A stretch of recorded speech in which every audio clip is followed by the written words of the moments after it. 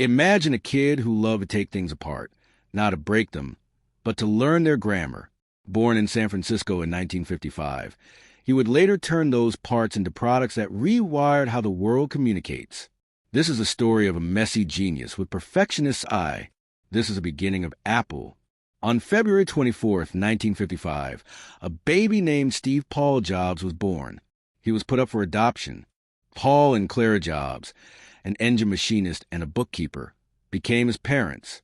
They raised him in the buzzing neighborhoods of what would become Silicon Valley.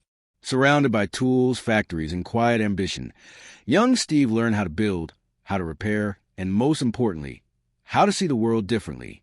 Paul Jobs showed him how to solder and fix cars. Steve developed an obsession with design, not just how things worked, but how they felt. By his teenage years, he was already a design snob, picky about fonts, picky about knobs, picky about every little detail.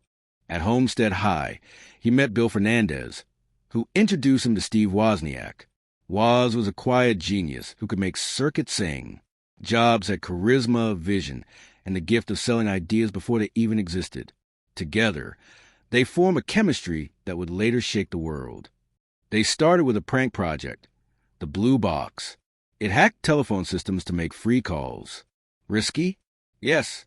Illegal? Definitely. But it showed two things.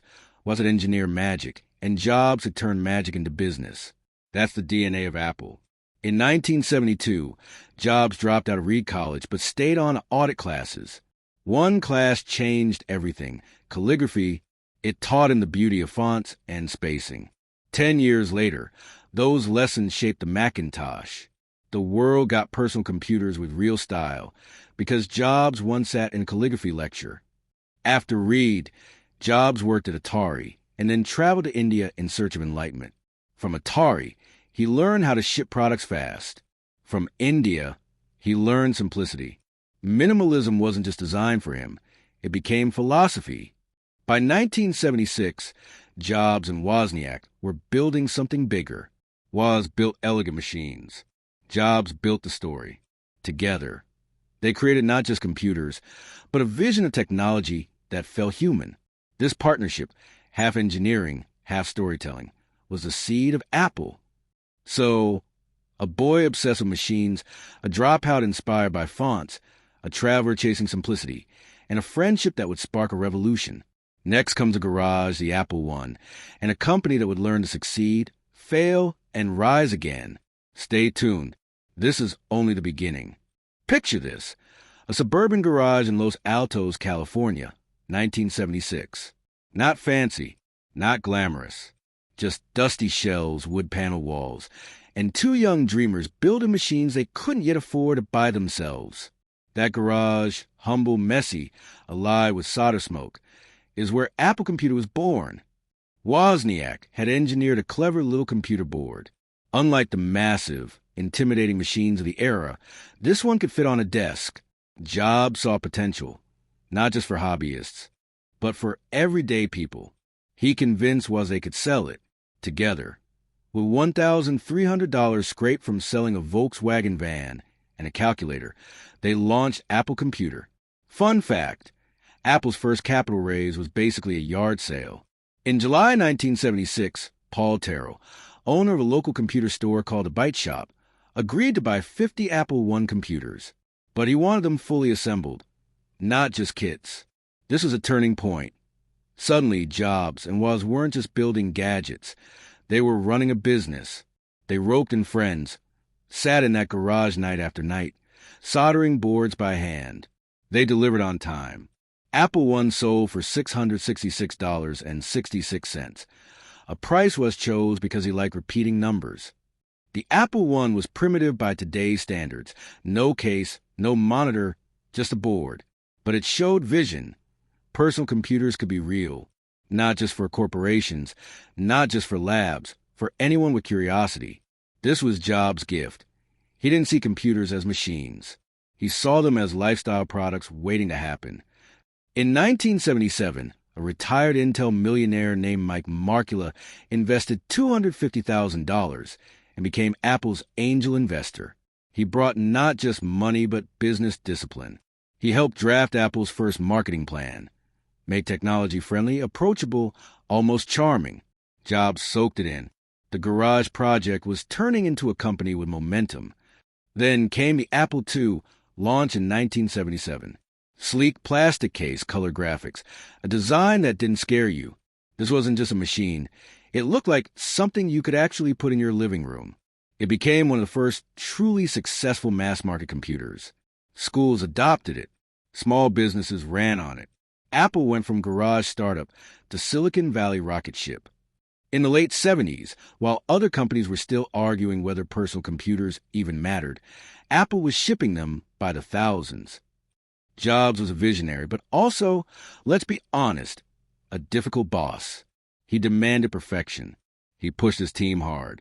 Some saw brilliance, others saw arrogance. But the results were undeniable. Apple was scaling. By 1980, they went public. Overnight, Steve Jobs, the college dropout, the barefoot wanderer, the garage kid, was worth over $200 million. Yet, even in the glow of early success, cracks were forming. Jobs' obsession with design sometimes clashed with engineers. He was impatient, emotional, and not always diplomatic. That tension would grow. Apple had proven it could succeed. Next, it would learn how easy it is to stumble. From garage smoke to IPO fireworks, Apple's rise was meteoric. But every rocket ride faces turbulence. In Part 3, we enter the age of the Macintosh, a product that would change the face of computing, even as it nearly broke the company. The triumphs get bigger, and so do the failures. Stay tuned. By the early 1980s, Apple was flying high. The Apple II was a smash hit. Revenues were exploding. Steve Jobs was famous, a rock star of Silicon Valley. But success is a way of feeding ambition. Jobs wanted something bigger. He didn't just want to build computers. He wanted to change the way humans interacted with them. Enter the Macintosh. Back then, computers were cold, text-only machines. To use one, you had to learn commands, memorize codes. Jobs thought that was insane. Why not make computers that worked visually, with icons, windows, and a mouse? He saw a demo at Xerox PARC in 1979 that blew his mind. Graphical interfaces, point-and-click navigation. Jobs walked out obsessed. He was convinced the future was visual. He didn't want nerds to use computers. He wanted everyone to use them. His phrase? Computers for the rest of us. After years of pressure, design fights, and late nights, the Macintosh launched in 1984. Apple introduced it with one of the most legendary commercials in advertising history. The 1984 ad directed by Ridley Scott. It showed a woman smashing a giant screen of conformity, promising Apple would free humanity from the dull world of IBM. The ad ran once during the Super Bowl, and it was enough. The world was watching. Apple wasn't just selling hardware. They were selling rebellion, creativity, identity. But the Macintosh itself? Beautiful, groundbreaking, and kind of a flop. It was underpowered, too expensive, and lacked the software people needed. The design was stunning, but performance lagged behind expectations. Apple had delivered vision, but the market wanted practicality. Sales were disappointing. Inside Apple, tensions exploded. Jobs was brilliant but mercurial. He inspired some, terrified others. He clashed with CEO John Sculley, the Pepsi executive he himself had recruited to run the company. By 1985, the conflict reached breaking point. The board sided with Sculley. Jobs was stripped of power. The founder of Apple, the visionary, the showman, the soul of the company, was forced out. Imagine inventing your dream, then being kicked out of it. Apple kept moving without him. They released new models. Profits continued for a while, but the magic felt thinner. Without Jobs' obsessive eye, Apple drifted toward mediocrity. Products piled up. Some sold, some failed. The innovation slowed. By the early 90s, Apple was losing ground to Microsoft, whose Windows operating system, inspired by the very graphical interface Jobs had championed, dominated the market. Meanwhile, Jobs wasn't done. After leaving Apple, he founded Next, a computer company focused on high-end workstations. Next never sold big, but it produced brilliant ideas. At the same time, he bought a small graphics company from George Lucas, renamed it Pixar, and nurtured it into a powerhouse. When Toy Story launched in 1995, it was the world's first full-length 3D animated film. Pixar became legendary. Jobs, the exile, had built not one, but two revolutions outside Apple. So, by the mid-1990s, Apple was stumbling. Microsoft was king. Jobs was gone, building empires elsewhere. It looked like Apple might fade into irrelevance. But destiny wasn't done, because the very man Apple kicked out would one day return and save it from the edge of collapse. In Part 4, the comeback of Steve Jobs. By the mid-1990s, Apple was in chaos. Sales were falling. Innovation was stalling. Microsoft ruled the market with Windows. Analysts predicted Apple would die. Magazines printed covers asking, "Is Apple over?" But destiny has a funny way of turning, because in 1997, the man Apple once fired walked back through its doors. Apple had too many products, too little focus. Their computers were overpriced, underpowered, and confusingly named. Every year, new models are launched, but none capture the magic of the old days. Competitors were faster, cheaper, and hungrier. By 1996, Apple was losing billions. The company was weeks away from bankruptcy. The house that Jobs built was collapsing without him. To survive, Apple made a desperate move. They bought next Steve Jobs' struggling company for $429 million. On paper, it was a software acquisition. In reality, it was a lifeline, because with Next came its founder. Steve Jobs was back. From the moment he returned, Jobs moved like a storm. He slashed product lines, canceled projects, cut through bureaucracy. He simplified everything, for quadrants: consumer, pro, desktop, portable. That was it. No more dozens of models. Just focus. He was brutal but effective. If something wasn't insanely great, it was gone. In one of the most shocking moves, Jobs announced a deal with Microsoft, the rival he hated. At the 1997 Macworld Expo, Jobs appeared on stage with Bill Gates beamed in via satellite. The crowd booed, but Jobs explained. Apple needed office software. It needed cash. Microsoft invested $150 million. The partnership kept Apple alive. It wasn't about pride. It was about survival. Then came a product that reignited Apple, the iMac. Launched in 1998, it was colorful, translucent, playful. Unlike the beige boxes of the era, the iMac looked alive. It wasn't just a computer. It was a statement, and consumers loved it. The iMac sold millions, brought Apple back to profitability, and reintroduced Steve Jobs as the wizard of design and marketing. Jobs understood something others didn't. Apple wasn't just selling machines. They were selling dreams. In 1997, the company launched a Think Different campaign, black and white ads featuring icons like Einstein, Gandhi, and Martin Luther King Jr. The slogan was simple but powerful. Think different. Apple wasn't about specs. It was about identity. By 1999, Apple was reborn. The iMac proved design could win. Jobs streamlined operations, built hype, and restored Apple's reputation. But he wasn't done. The comeback wasn't just about survival. Jobs was planning something bigger, devices that would transform entire industries. Music, phones, entertainment. The future was about to shift forever. And it all started with the return of one man. Think about this. It's the year 2001. Your music is scattered. CDs in the car, tapes in a drawer, maybe some clunky MP3 players that barely hold 20 songs. Music was fragmented. Then, in October that year, Apple stepped onto the stage with a white brick of magic, a device that promised 1,000 songs in your pocket. Its name? The iPod. Before the iPod, music was a mess.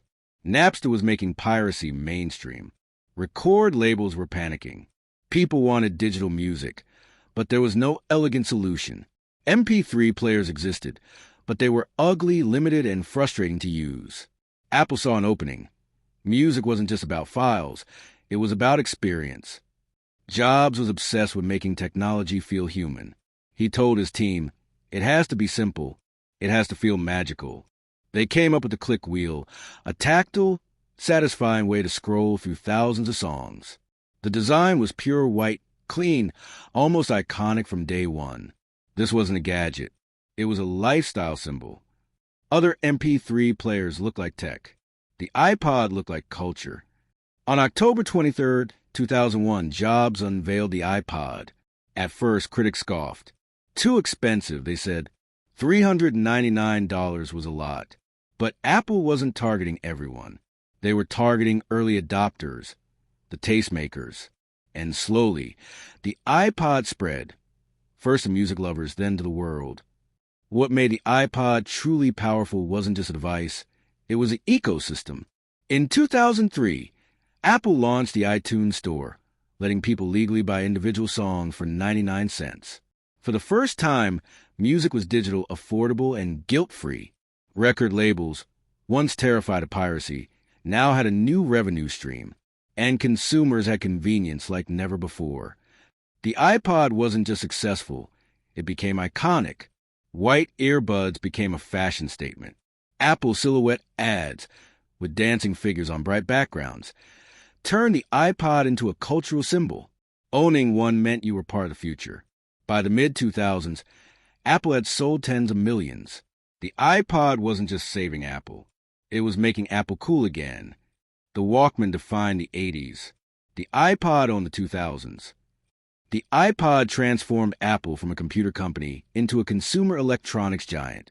Suddenly, they weren't just competing in tech. They were competing in music, fashion, culture. Apple's stock soared. Jobs wasn't just back. He was unstoppable. And here's the twist. The iPod wasn't the end game. It was a stepping stone. Because in building the iPod, Apple mastered three things: small, portable design, seamless software-hardware integration, and digital ecosystems. Those three pillars would lead to something bigger. Much bigger. The iPod didn't just change music. It set the stage for a device that would change everything. January 9th, 2007, San Francisco. Steve Jobs walks onto a stage wearing his signature black turtleneck and jeans. The room is electric. He looks at the crowd and says, "Today, Apple is going to reinvent the phone." What followed wasn't just a product launch. It was the birth of a cultural revolution. Back then, phones were a mess. You had BlackBerry with tiny keyboards. You had Nokia bricks. You had clunky stylus-based devices like Palm. None were intuitive. None felt modern. Jobs saw an opportunity. The phone could be more than a phone. It could be the hub of your digital life. Jobs teased the crowd.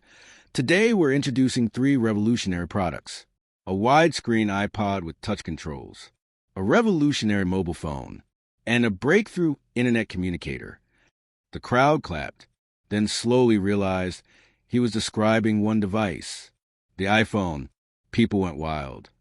The iPhone had no physical keyboard, just a sleek touchscreen. One button. That's it.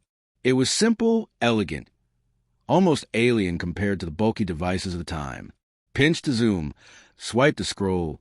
It felt like the future in your hand. The iPhone wasn't just about hardware. It was about experience. Others sold phones. Apple sold magic. The first iPhone sold 6 million units. Not massive compared to today's numbers, but enough to shake the entire industry. Competitors scrambled. Google, which had been working on a BlackBerry-style Android phone, scrapped it and started over to chase the iPhone's design. Nokia, once the king of mobile, began its long decline. But the real explosion came a year later. In 2008, Apple launched the App Store. Suddenly, your phone wasn't just a phone. It was a platform. Developers could build apps. Users could download them instantly. Games, tools, social media, everything at your fingertips. The iPhone became not just a device, but an ecosystem, a universe in your pocket. The iPhone didn't just change tech. It changed behavior. We started taking photos everywhere, checking email on the go, browsing the internet in bed. Social media exploded because of the smartphone. Life went mobile. The iPhone redefined what it meant to live in the digital age. In less than a decade, It turned us into a world that never disconnects. For Apple, the iPhone was more than a hit product. It was the crown jewel. Revenues skyrocketed. By 2010, the iPhone made more money than all of Microsoft. Apple wasn't just back. Apple was leading the world. And Steve Jobs cemented his place as one of the greatest innovators of all time. Of course, success attracts competition. Android exploded, offering cheaper smartphones. Lawsuits flew over patents. Critics complained the iPhone was too expensive. But Apple's brand power was undeniable. The iPhone wasn't just a phone. It was a status symbol, an aspiration. The iPhone changed the world. But Apple wasn't finished. Next came the iPad, the rise of the app economy, and the looming shadow of Steve Jobs' declining health. In Part 7, we explore Apple's golden era and the tragedy that followed. For every shining success, Apple has also faced dark clouds. The truth is, no company is perfect, and Apple, despite its image of flawless design, has had its share of failures and controversies. One of the most infamous examples? Apple Maps. When it launched in 2012, it was supposed to replace Google Maps on iPhones. But instead of guiding people to their destinations, it misled them literally. Wrong locations, distorted landmarks, entire towns missing. It was such a disaster that Tim Cook himself had to publicly apologize, something almost unheard of in Apple's history. Then there's the Antennagate scandal. When the iPhone 4 launched, users discovered that holding the phone a certain way caused signal loss. Apple's response? Steve Jobs famously said, "Just avoid holding it that way." That line went viral, but not in a good way. Eventually, Apple had to offer free cases to calm angry customers. And let's not forget the Bendgate issue with the iPhone 6 Plus. People discovered their expensive new phones could literally bend in their pockets. The internet roasted Apple for weeks, with memes everywhere. Critics also argue that Apple has lost its magic after Steve Jobs. They say the company is no longer innovating, just refining. Each new iPhone looks a little shinier, a little faster. But is it truly groundbreaking? That's a question many fans still debate. Another big criticism? The price. Apple devices are often much more expensive than competitors offering similar specs. Some say you're paying more for the logo than the technology. Others argue you're paying for the experience, the ecosystem, and the reliability. Still, these failures and criticisms haven't destroyed Apple. If anything, they've proven how strong the brand really is. Because despite the complaints, millions keep buying Apple products. Even in its weakest moments, Apple's loyal fan base remains. Let's be honest. Every time Apple announces a new iPhone, the internet explodes with the same question: why does it cost so much? And the answer isn't just one reason. It's a carefully designed strategy, built piece by piece over decades. 1. Branding equals luxury. Apple doesn't sell gadgets. It sells identity. Think of luxury brands like Rolex or Gucci. People don't buy them just for what they do. They buy them for what they mean. The Apple logo is the tech world's version of designer label. When you pull out an iPhone in public, you're sending a message: I belong to this premium tribe. 2. The ecosystem trap. Apple's ecosystem is like a digital web. Your iPhone syncs with your Apple Watch, which talks to your MacBook, which stores files in iCloud, which connects to your iPad. The more Apple devices you own, the harder it becomes to leave. If you try switching to Android, suddenly your messages don't sync, your files are trapped, your AirPods don't feel the same. That convenience and lock-in makes people willing to pay more. 3. Design obsession. Apple doesn't just design products. It designs experiences. The click of the iPod's wheel. The satisfying thunk of a MacBook's magnetic lid. The smooth swipe on an iPhone screen. These are micro-experiences that cost Apple millions in research. Most companies don't bother. Apple makes them the core selling point. 4. Packaging and the ritual of opening. Ever notice how unboxing an Apple product feels like opening a gift? The box slides open slowly. The device sits perfectly centered. Every accessory has its own place. That's not an accident. Apple has entire design teams working just on packaging. Why? Because the first moment with a product sets the emotional tone and justifies the price. 5. marketing mastery. When Apple launches a product, it's not just an event, it's a spectacle. Millions tune in to watch. The commercials aren't about specs, they're about lifestyle. Think different. Shot on iPhone. Apple sells feelings, not features. And feelings are priceless until Apple puts a price tag on them. 6. Psychology of scarcity and exclusivity. Ever notice how Apple rarely discounts its products? That's intentional.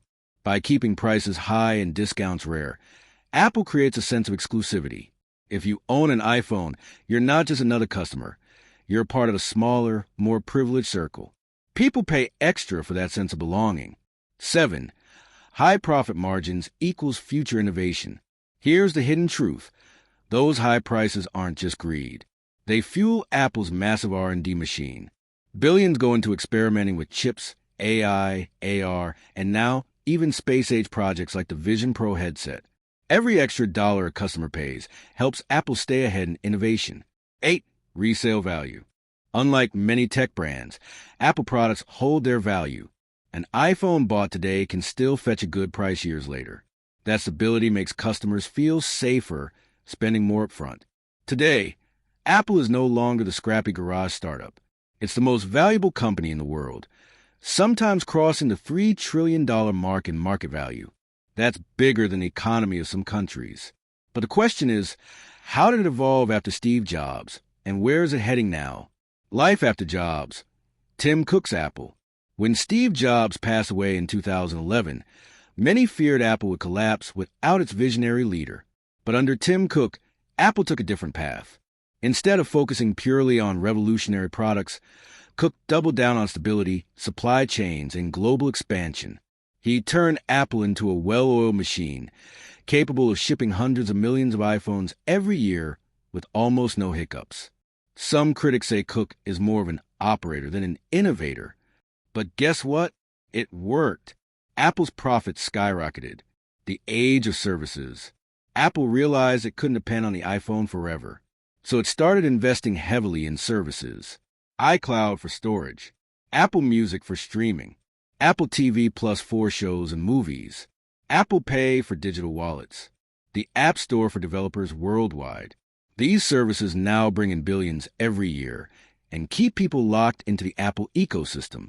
Even if you don't buy a new iPhone every year, you're still paying Apple monthly for subscriptions. New frontiers, AR, VR, and beyond. Recently, Apple entered the world of augmented and virtual reality with the Apple Vision Pro. It's insanely expensive, but that's classic Apple. Start with a luxury product, then refine it until it becomes mainstream. Many believe AR could be Apple's next iPhone moment, the next revolution. The company is also pushing hard on healthcare through the Apple Watch, monitoring heart rates, oxygen levels, even detecting irregular heartbeats. Apple isn't just selling gadgets anymore. It's selling well-being, sustainability, and the future.